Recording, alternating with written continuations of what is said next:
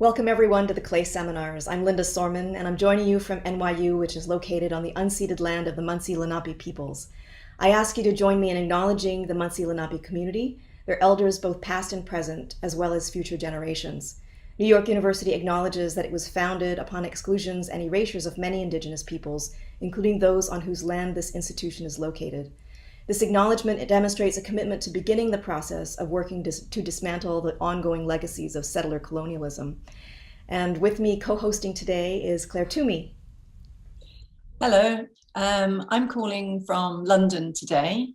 The Clay Seminars is a collective gathering formed through the alliance of NYU and the University of Westminster's research team at the Ceramics Research Centre. We are grateful and humbled by the civic opportunity of our educational institutes to support this series, and we invite a broad gathering of artists, curators, and arts organisations at all stages of their practice to join us and share in the seminar series. Hello, everybody. It is fantastic that you've been able to join us today. Wherever you are very, very welcome. Thank you for taking the time and effort to click the link, register, and join us today. And a huge personal thank you to everybody for bolstering my nerve to ask the question, why clay, why now? We've had more than 400 people register to join us in this conversation today. And so grateful to be able to work with Ceramics Research Centre, Linda Sorman at NYU, and to be able to invite the three incredible curators that we have with us today. Now, if you've never joined a webinar before, it's fantastic because it's just like TV, your favorite television, except for there's a fantastic opportunity here that you have a Q&A button at your disposal. So if you want to have a little explore of that now, you can send questions over to us at any point during this seminar. And so as we go through what will be a very quick hour of Zoom world, then please send in your questions as you go. You can send them anonymously. So please feel free to be brave. This is our opportunity to talk openly and open-handedly about questions which are relevant to us all. More than 400 people thinking that this is a jolly good idea to talk about this now. So to make a little introduction, I am Claire Toomey, and I mainly move through the world as an artist. I make large-scale sculptures, monumental sculptures, live works, and where I can, I'm trying to raise quietened voices. And this is all through the work of clay. And it was about 2 years ago, maybe a little longer, where this question of why clay, why now, started to really percolate through to my world. After a couple of decades of working with clay, I have never felt more welcome or more included in the wider visual arts. And this is this moment. There was a key event which really made me consider this more. It was a call out from the Victoria and Albert Museum to work with Thyestes Gates with his research, his deep research that he has been able to undertake over the last year. Well, we've seen it enacted in the last year, but as our curators will no doubt tell us today, these thoughts and manifestations through institutes and through their hard work take a lot longer to arrive. But for Thyestes Gates, with his multi-venue project, The Question of Clay, running across London, and I will talk very locally because we are coming out the other side of a pandemic. So my view has been from the local, extending out to the global. And this week, of course, Thyestes Gates opens his pavilion, Serpentine Pavilion, which is the accumulation of all of this super valuable work that's happened in the last year. But not only that, when invited and installing a work for the Museum of Modern Art in Paris for this exhibition, The Flammes, there was an understanding of a rewriting of a history of clay that was timely and helped us rethink where we thought we were with this material. And so seeing the Bond Street galleries seeping with clay, Christy Brown having her first exhibition on Cork Street, Shawanda Corbett showing work from the the venues out in the mountains in Wales. This last week opening at the Tate Britain, a spectacular exhibition. Then looking outwards, understanding that Linda was working with Susan Cross, who we are so grateful is with us today, on this incredible exhibition at Mass MoCA, a hugely influential venue for the visual arts. And then understanding the work that is happening in Venice, where you turn, there is clay in pot form and beyond. So I felt that this was really a moment to be able to confidently ask, why clay, why now? And so I couldn't think of anybody better to ask than curators, the people who have contributed without doubt to our Worlds of Clay this year. I'm hugely grateful to have Susan Cross join us from Mass MoCA, who curated the incredible exhibition and is going to respond to us today to the question of why clay, why now? The exhibition titled Ceramics in the Expanded Field. We also have Dr. Jare Dash, who has taken time out of her hugely busy, busy world, and who curated a really insightful, intelligent, and onward-looking exhibition, Body Vessel Clay, Black Women, Ceramics and Contemporary Art at Two Temple Place. So we're so grateful to have you with us. And finally, we have Dr. Sequoia Miller, who I am so pleased to meet after many years of hearing of your hugely valuable work. Dr. Sequoia Miller joins us from the Gardner Museum, a place very close to my heart that has always challenged clay in many forms from this incredible collection that they sit with. And this week, or next week, Sequoia, you can help me with that, opening a new work, Talking Earth, which is a large public work. And so for the next 5 minutes each, our curators will be able to tell us how they have responded to this provocation of why clay, why now? And then we will move into a discussion. Zoom World discussions tend to be slightly clunky, so please forgive us because we don't have that beautiful overlaying of being human. We have portals of being human. So we will raise up some questions between us, and then we will move to looking at the questions that you, our hugely valuable participants, can offer us, and we will answer those in the best way possible. So now, Susan, if it is okay to move to you, I would ask you to give us your response to the tricky old question, why clay, why now? Thank you, Claire. Thank you so much for including me on this panel. I'm sure that I'm going to learn a lot today. So I'm approaching this question really with my exhibition, Ceramics in the Expanded Field, in mind, and hopefully the background will be showing some install images of the exhibition. Why clay, why now? I mean, I was thinking about that 10 to 12 years ago when it felt like an epiphany, but it was probably slower than that, when I was seeing all the, the major galleries in Chelsea and beyond showing clay work, ceramics, and even adding artists working in clay to their stables. Before, I felt like I'd seen Betty Woodman and Peter Volkos and Ken Price, but there was sort of a limited view on clay work and ceramics, at least in the US and New England and in major museums and galleries. But that seemed to be changing, and not only were ceramic artists joining those galleries that had before been focusing on sculpture and painting.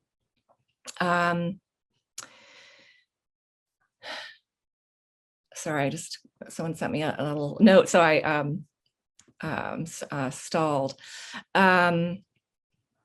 Also, there are artists in the stable who weren't usually working in clay, started to experiment with it, or maybe got brave enough to bring it out from, working in their studio with it, because as we know, for hundreds and hundreds of years, artists have been working with clay in different stages.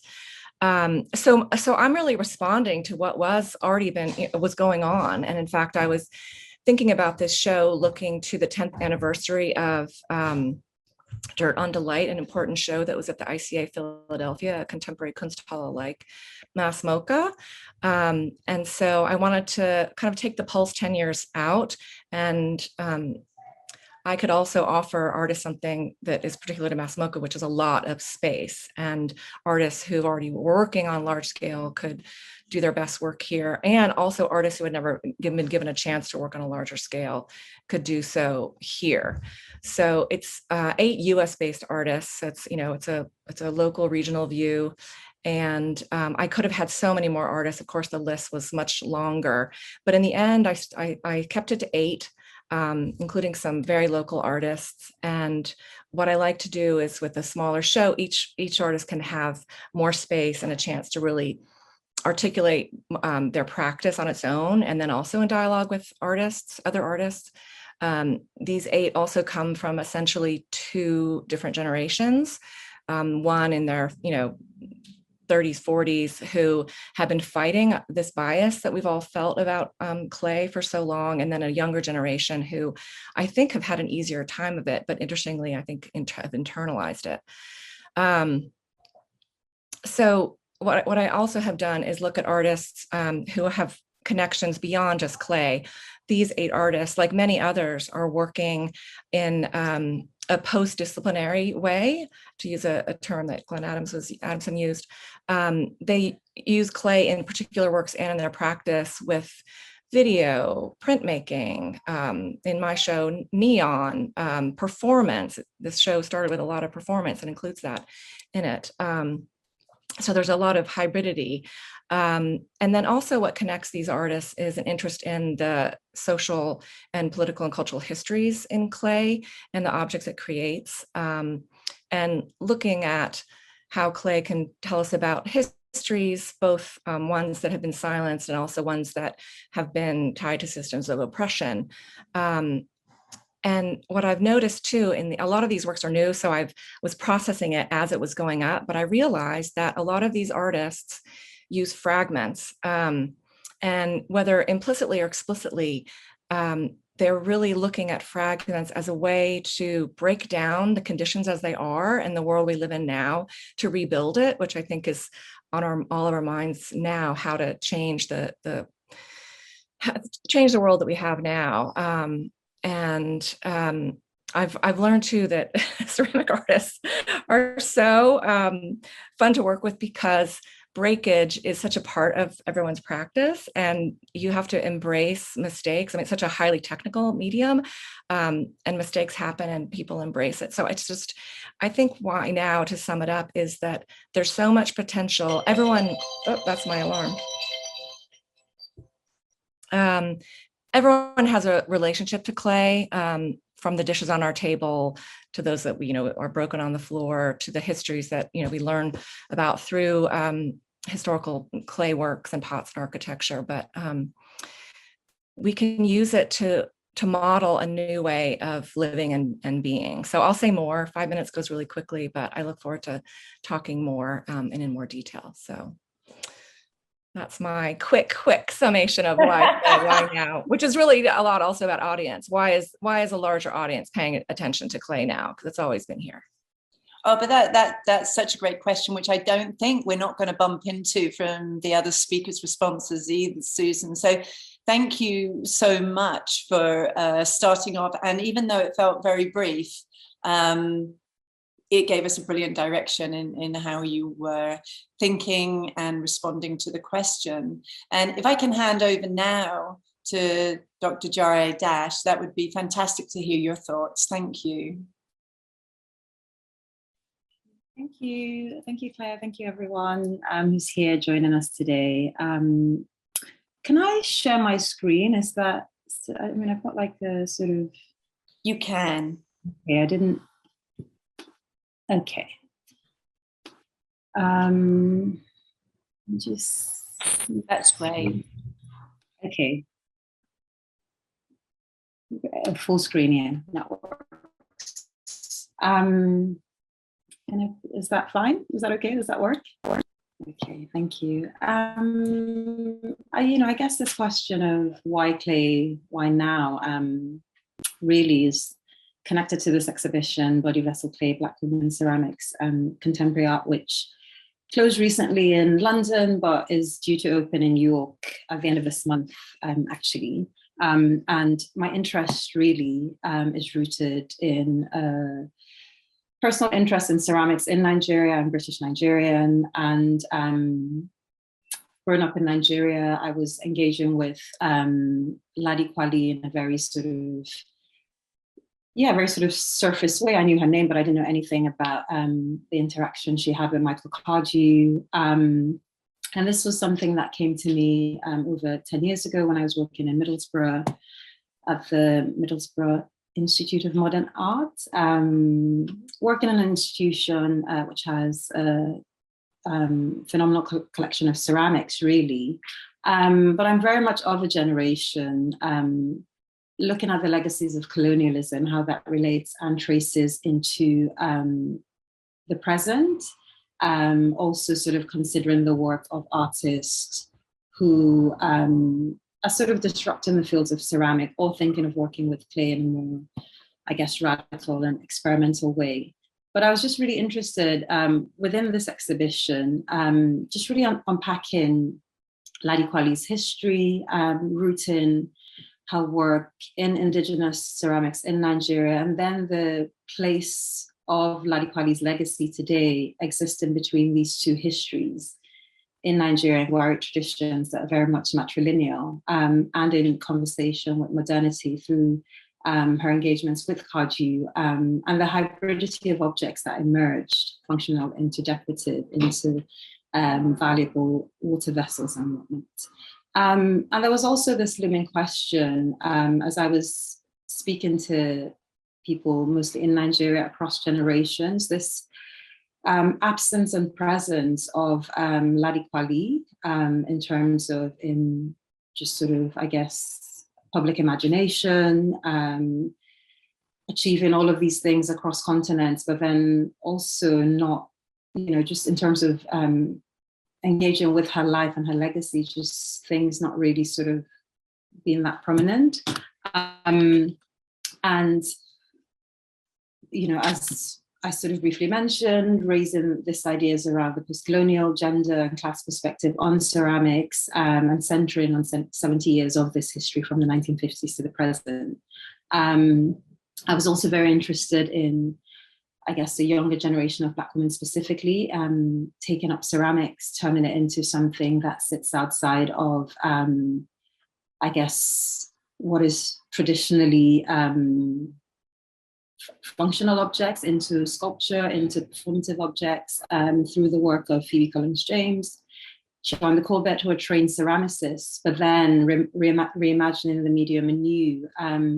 Chinasa Vivian Ezuga, Jade Montserrat, really sort of looking more conceptually at clay, where it exists in the landscape, who owns it, who has a right to sort of take up this medium and do and work in it in certain ways. And so it's very much an exhibition in two parts. There's a very historical part of the exhibition that centers around when Ladi Kwali comes to the Pottery Training Center that Michael Cardew set up in Abuja. I wanted to extend that to sort of think of what kinds of objects came out of this center, this introduction of glazing and throwing at the wheel and all of these things. So there's a central display that does that.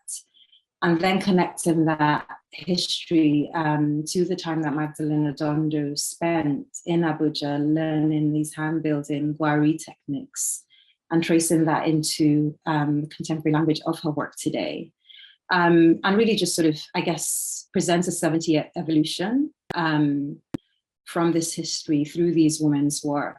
And then sort of, I guess, beginning again with this idea of clay and performance, or clay as a performative tool, part of a wider interdisciplinary practice with a younger generation of artists.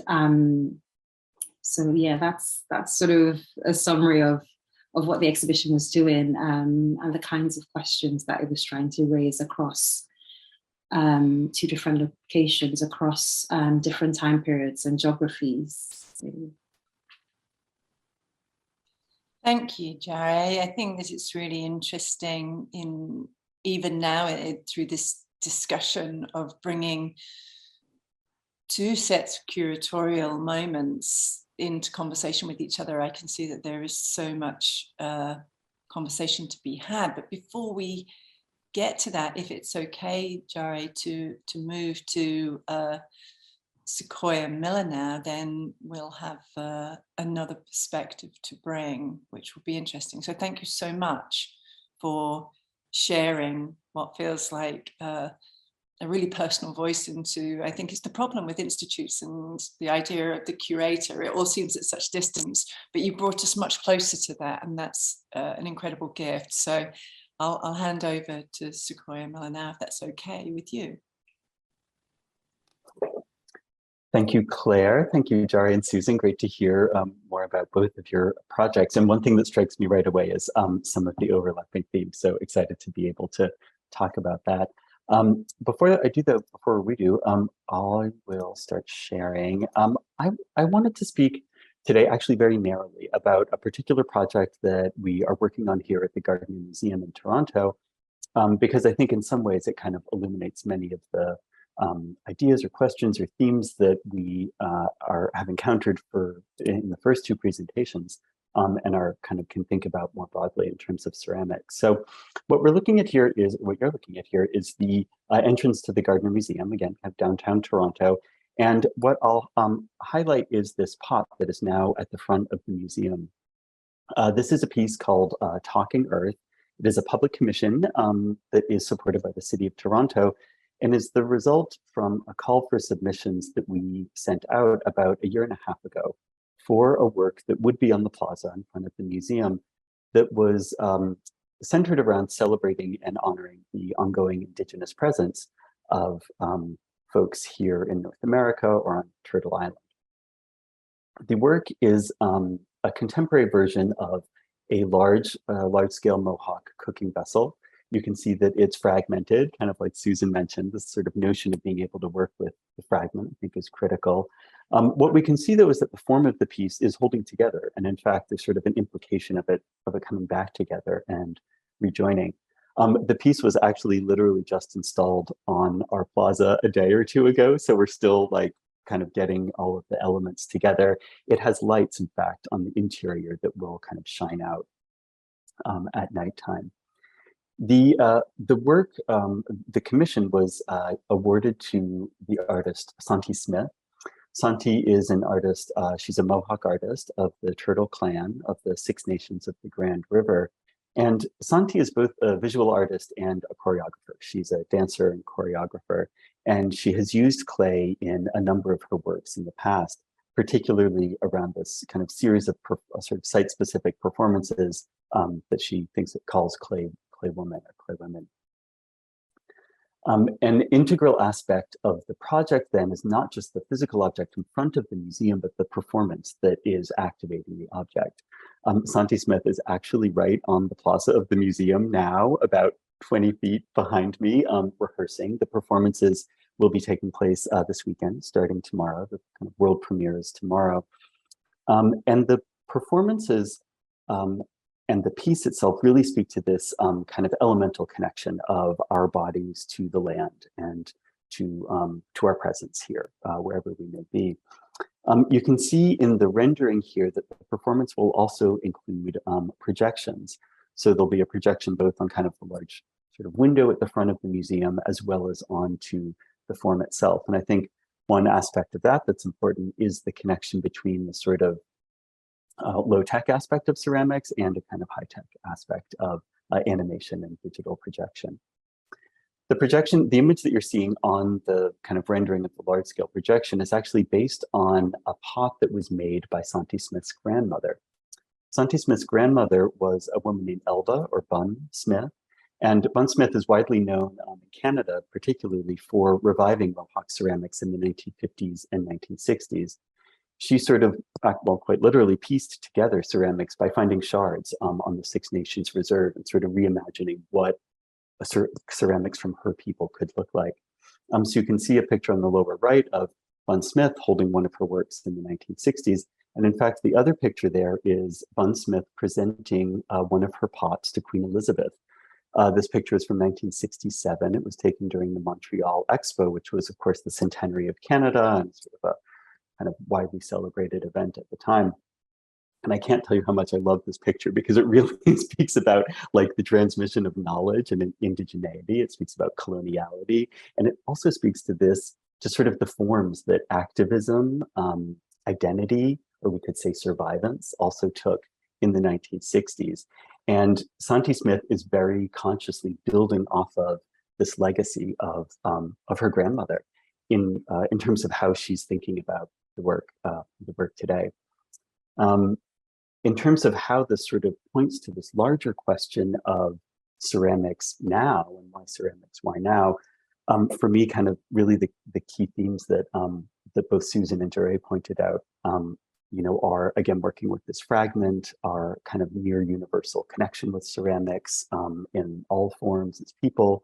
Again, this kind of combination of the ancient and the high tech, a sort of multidisciplinary or post-disciplinary approach where performance and imagery is often integral. I think also in the case of this Talking Earth project, two other really key aspects are the connection to the land. I think one reason why clay is so potent today is because we are in the midst of, you know, a planetary crisis about the survival of our species. And I think a lot of us are trying to understand, and in fact, if we can, reimagine our relationship to the land, and clay can actually help us do that. The last point that I'll make is that this project is also centered around decolonizing museum spaces. This was an Indigenous-led project. An advisory council of Indigenous kind of arts folks led the selection process. So I think we can also be thinking about what is the role of curators actually and institutions within sort of the sets of questions that are being presented. So I'll stop there.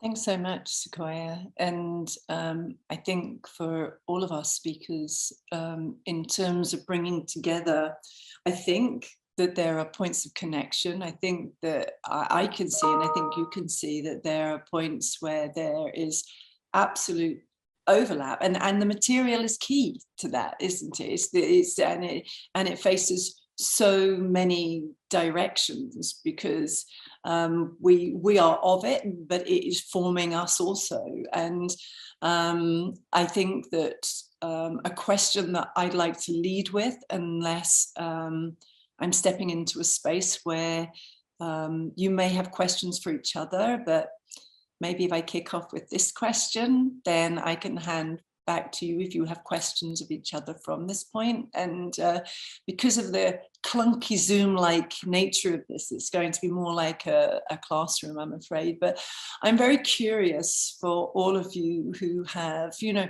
Susan, you spoke about 13 years of study of getting to this point. As curators, I think there's a really interesting barrier that needs dissolving rapidly in our understanding as, and I'm speaking as an artist, of understanding how we communicate and why we communicate. And there are these different points. There's a venue, let's say that's a museum.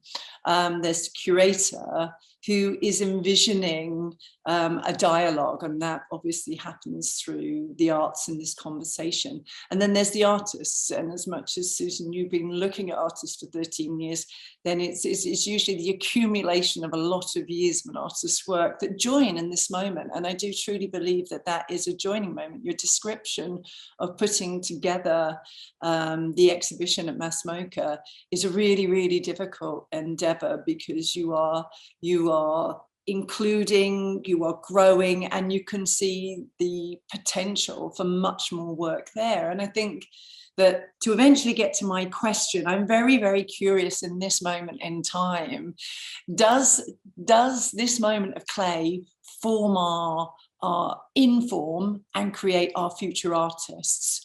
Or is clay molding us, or are we molding clay? And of course, that's got loads of human exceptionalism problems around that question. But I think it's one where I'm curious about where this moment takes us, which is probably ginormous. But Susan, do you see artists seeing your exhibition and thinking clay is a good idea?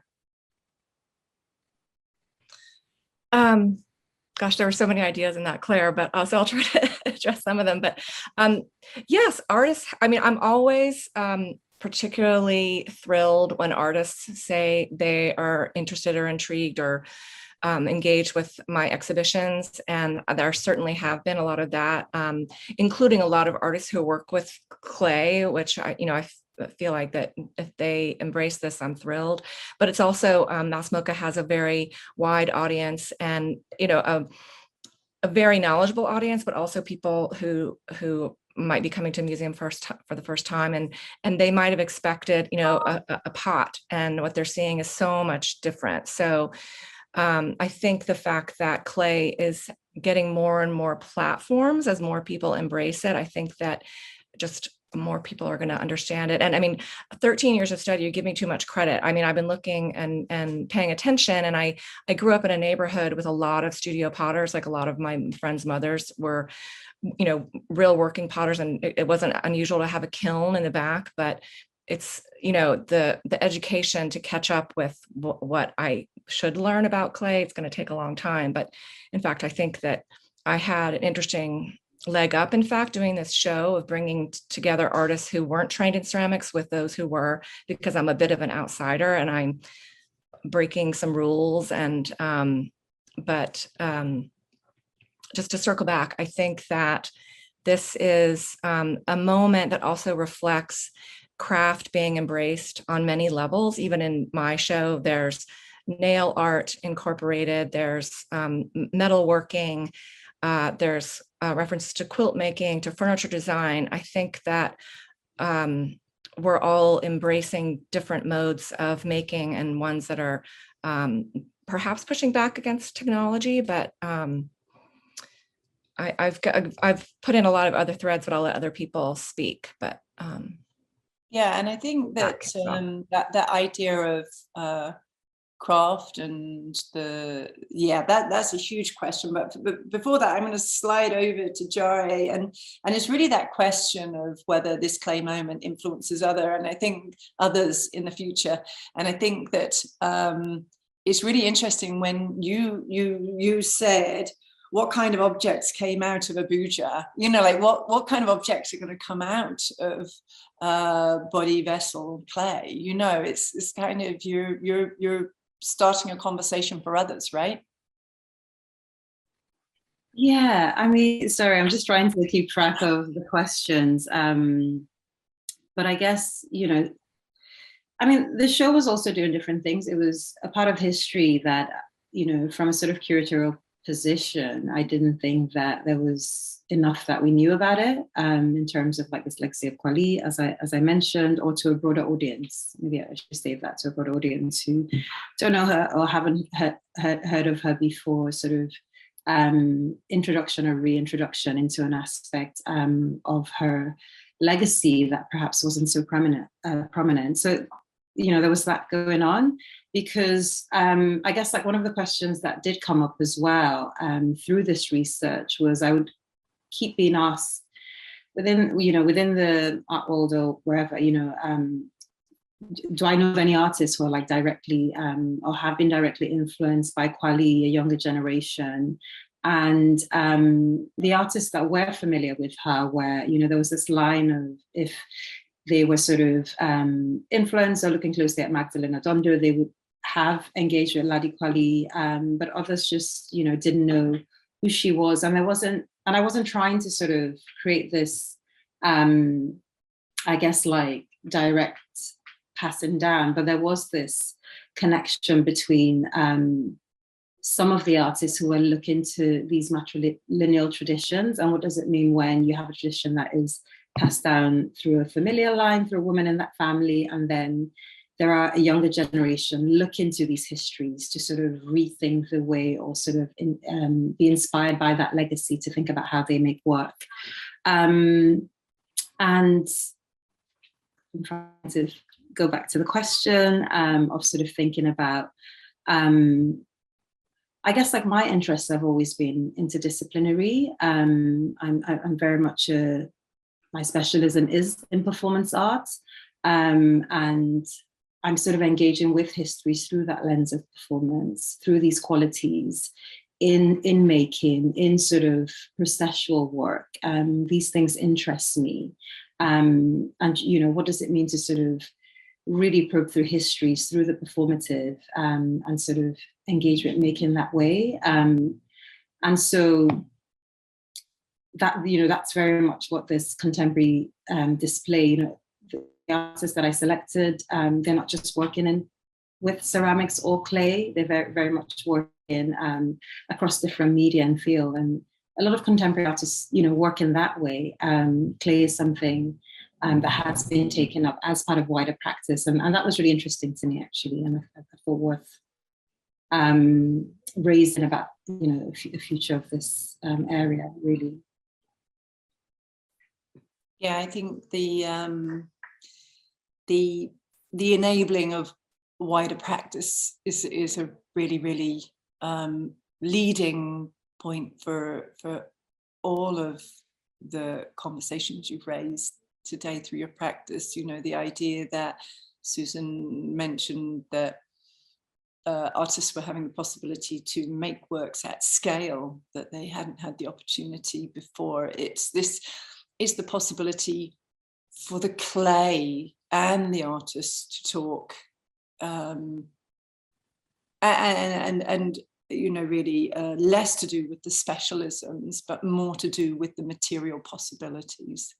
And I suppose that, Sequoia, if I can kind of head that vague question over to you about, you know, is this moment in clay forming a new generation of makers? And I think that is, you know, very clear that the Indigenous question is important in that. Yeah, thanks. I mean, so much to respond to. I would say yes, absolutely. The current moment is informing artist thinking. We just a few weeks ago closed an exhibition by the Canadian artist Sherry Boyle, who is a multidisciplinary artist who works with ceramics within a broader practice that has performance and sculpture and two-dimensional work incorporated. And one of the amazing aspects of kind of having the show on view for a few months here was in fact seeing how younger artists, even like high school age artists, were engaging with the work so substantially. It was really actually restorative for me as a curator in some ways to just see how deeply people were willing to go into some of the really tough questions that Sherry Boyle was raising in her work.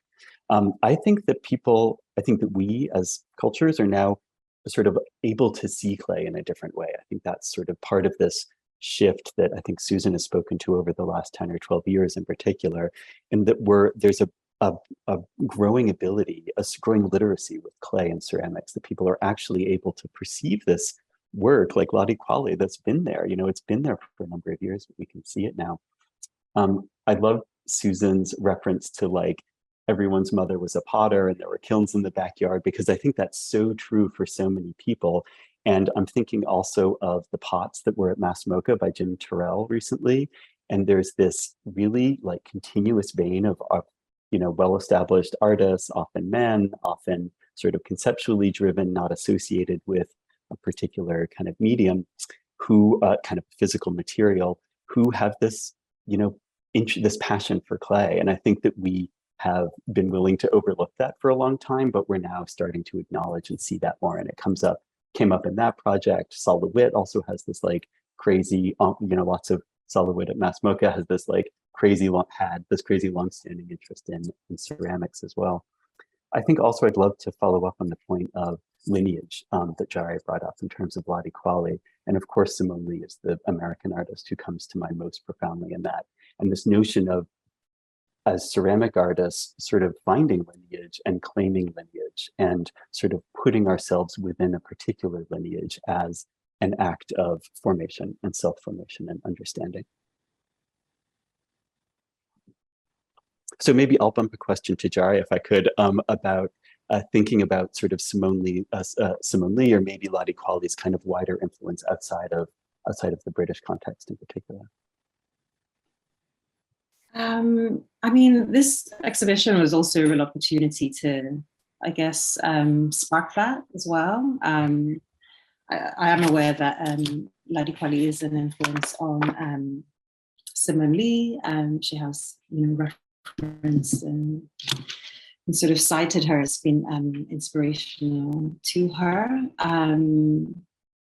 So I guess I was also thinking of that, what if we can sort of like introduce Ladi Kwali to a younger generation, actually. And also it's something, I mean, I didn't speak about it during the presentation. It was one of the contemporary artists who is part of the exhibition, Priscilla Noha, was very much doing that. She was looking specifically, at a whole range of traditions, but specifically looking at African women potters, Kouame Kaha, from Ivory Coast. She traveled to Morocco and spent time with the elder potter in the Rift Mountain regions, Mama Aisha, and just really sort of, and I was very inspired by Priscilla's work, which, I mean, everything she responded to this legacy and created new works. She was engaging and writing about this as a research project. And then that came into the exhibition as a sort of direct response to those legacies in terms of how she's sort of creating works that are dealing with hand building and throwing at the wheel and creating this figurative sculptural ceramics objects, and really sort of exploring sort of evolution of the vessel as well. And perhaps in presenting this exhibition, just really thinking about the way maybe these legacies can then inspire and speak to the present and beyond, really. So that was, that's certainly something that I had in mind, and it's certainly something that I guess, in time we'll sort of see how that trajectory develops, really.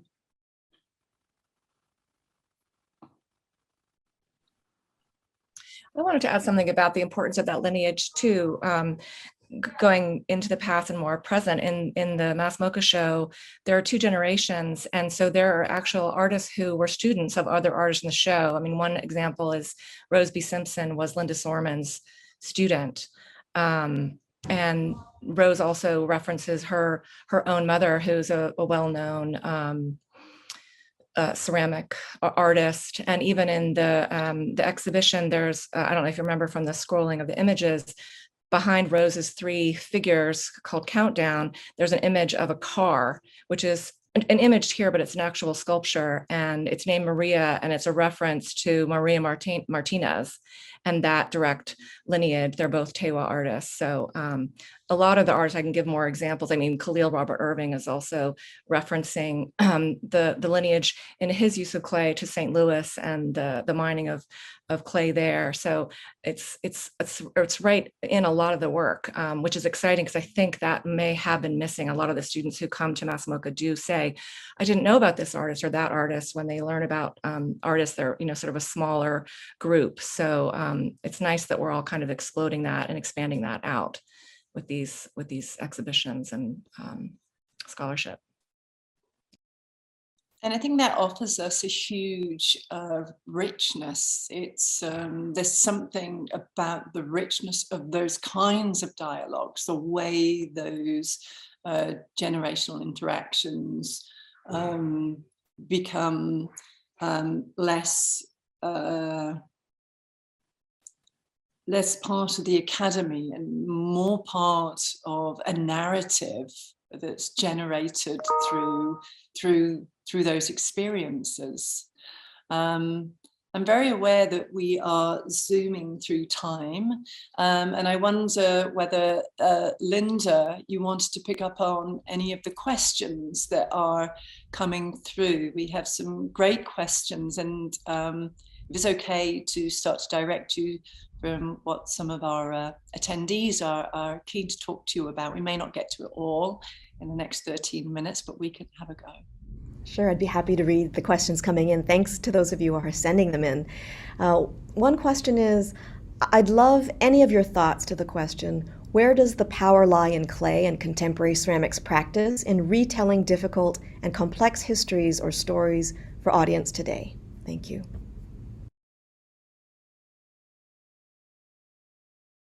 And that's addressing all the panelists. I can jump in on this one. So where is the power in clay? So a few things come to mind right away. One is clay is a healing medium, and it might sound a little new agey or whatever, but I do actually believe that there is this kind of healing restorative aspect to both the physical interaction with the material, so as the artist or maker, and then also as the engagement with the material. I think that these questions of lineage also speak to clay's sort of necessary tie to the past in a sense. And I think that for years, this was a liability in a way, and particularly in a contemporary kind of mainstream art context. And now it's become an asset because it is this inescapability of clay, the kind of ubiquity of clay, and the kind of this, human connection to the kind of body of clay and the body of the planet is sort of is prevented on some level, I think, clay from really functioning very well as a kind of Kantian autonomous sort of Western art object, but it works incredibly well for us, understanding our kind of place on the planet. And the last thought around kind of what makes clay powerful now is that it has a logic to it. And I feel like clay is not just a medium, like a physical medium, but it's also a way of thinking. It's a way of understanding yourself in the world.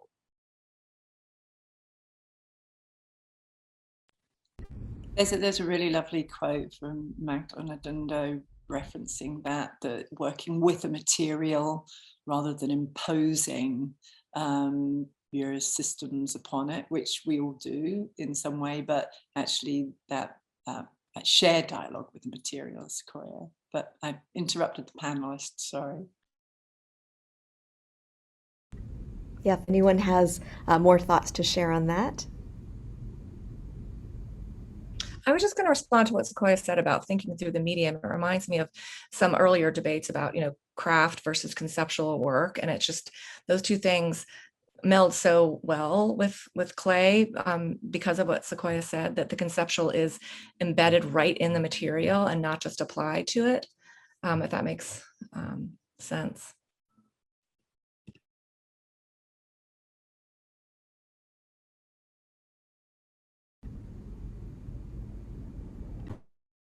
Dr. Jari Dash? Yeah, I mean, I guess my mind was really just, I guess it's just really thinking of this idea of just sort of, I'm just really thinking prominently of one of the works in the exhibition, Body Vessel Clay, which responds directly, I guess, through this diasporic lens, just thinking about the landscape of where someone comes from. So Chinasa Vivian Azuga, clay for her was really something connected to the landscape of the eastern part of Nigeria, and a place that she was reconnecting to due to loss, traveling back and going back to perform these funerary rites, and just that being a really sort of potent symbol of a diaspora connecting back to the land from which one is detached from, and just thinking about those movements, migratory movements. So that's sort of where I'm at with that question, actually, this sort of, I guess, reconnection back to the land itself, and one's roots, and how clay perhaps is the material that does that actually in a really visceral way. That was so powerful in the exhibition. I could feel that sense of place. And it leads us into this question also related to this. Clay being a direct link to earth-based practices and the body as a form of material culture, do you feel embodied and somatic practices in clay are pushing the performative inquiry with artists globally as a way to unpack the deep ecological crisis we are experiencing individually and collectively? And that comes from Gail Mann.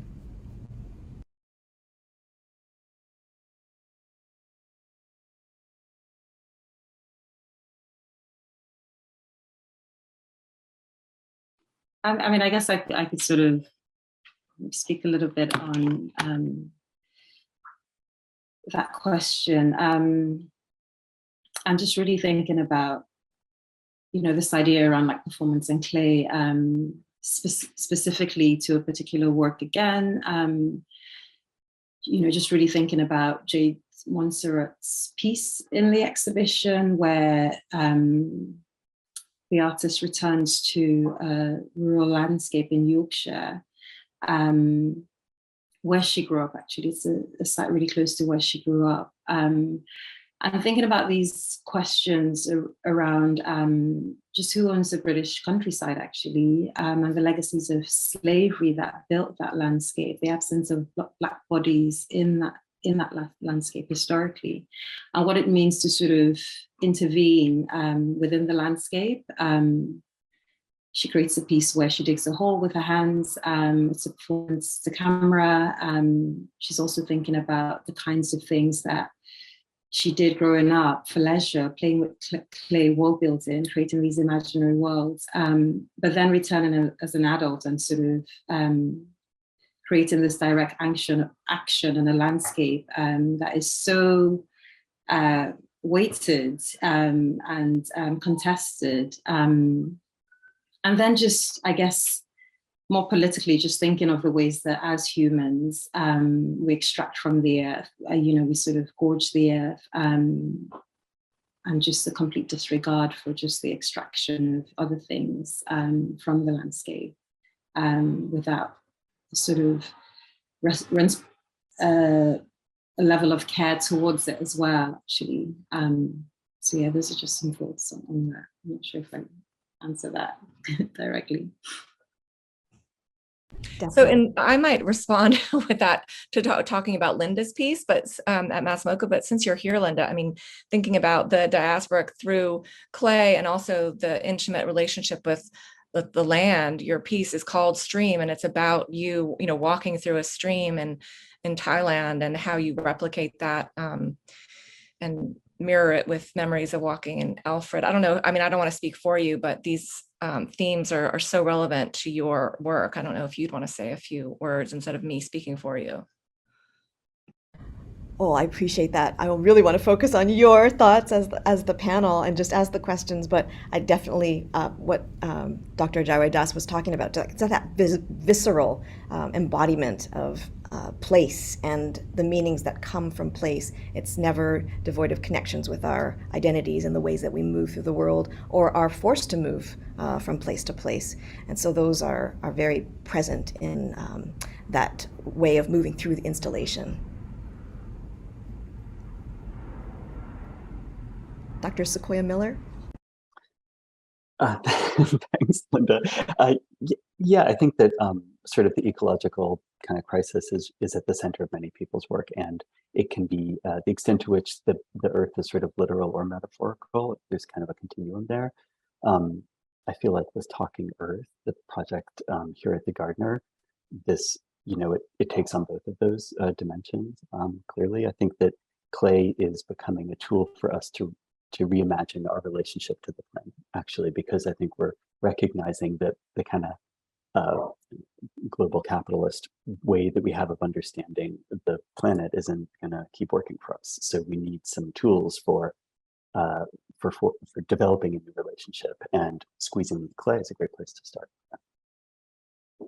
Related to that, also, a number of the artists in the exhibition at MAS-MoCA really tackle capitalism in an interesting way by reusing previous work. And so instead of like producing new objects, many of them, Nicole Cherubini example, Linda another, reuse old work. And so it's sort of creating new objects out of old and not adding something else, to the landscape and another, I don't want to call art a commodity, but another thing, which I think is an important part of a lot of people's practices.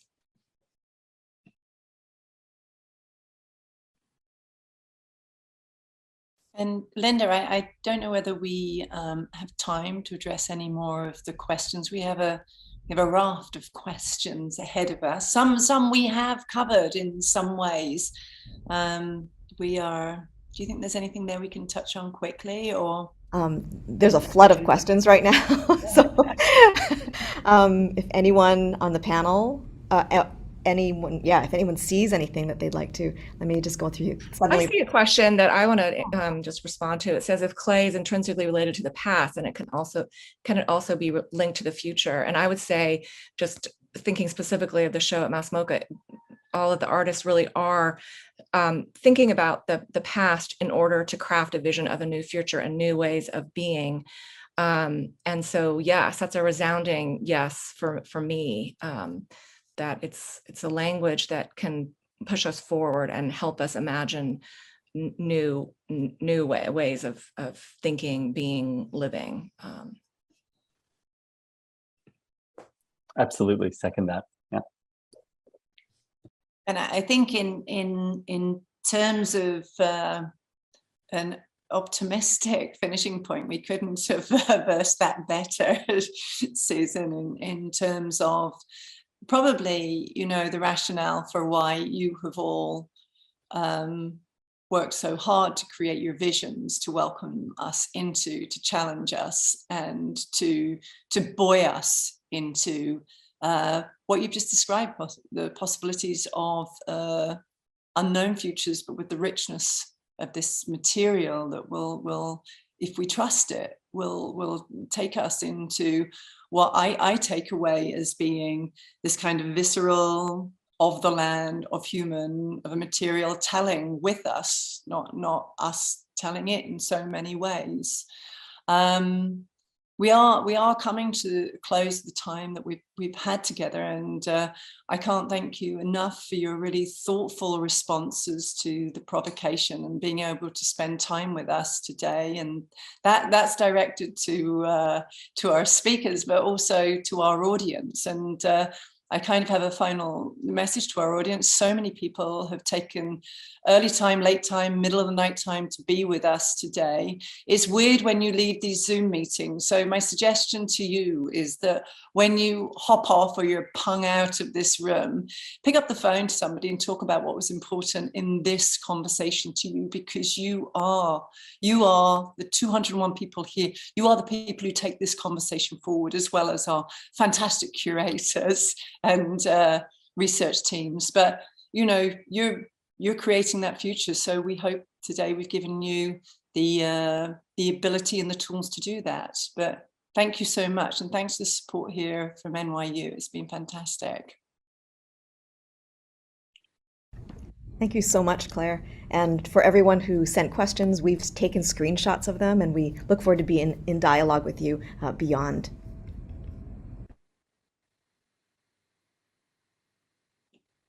Thanks so much, everybody. Bye now. Thanks, everyone. Everybody. Bye. Thank you, everyone. Thanks. Bye. Bye.